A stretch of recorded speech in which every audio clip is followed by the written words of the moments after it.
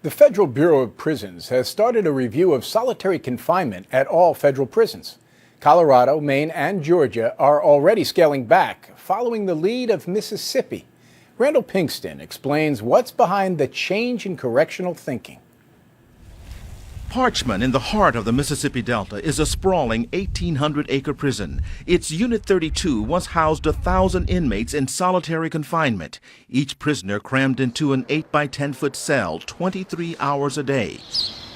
Inmates got out 1 hour a day for exercise and a shower. And it's a torture. It's the worst kind of torture. I'd rather be beaten or burnt. Kirby Tate, who served 9 years on a nonviolent drug charge, spent 3 of those years in solitary confinement, mostly in Unit 32. You pray to die. You lay in bed every day and you pray, man, please let this be the last day, you know? If you're not a psychopathic maniac and you're not fisting to kill everybody you can get, they got no business putting you in solitary confinement. We should be looking at those individuals that we're afraid of. Chris Epps opened Unit 32 in 1990 when he was Parchman's second in command. But in 2010, as the State Commissioner of Corrections, he decided to close it. It has not affected public safety as far as the citizens of our great state.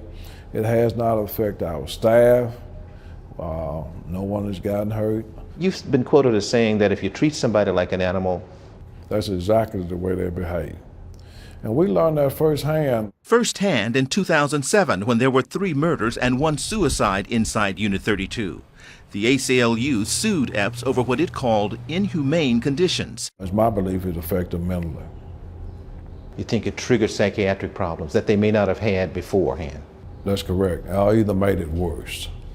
After a series of reforms, the number of Mississippi inmates in solitary confinement is down 75%, from 1,300 in 2007 to just over 300 today. About 200 of them are involved in meaningful programs, mental health programs, anger management, adult-based education, trying to get a GED, alcohol and drug, because they are coming back to you and my neighborhood, whether we want them or not.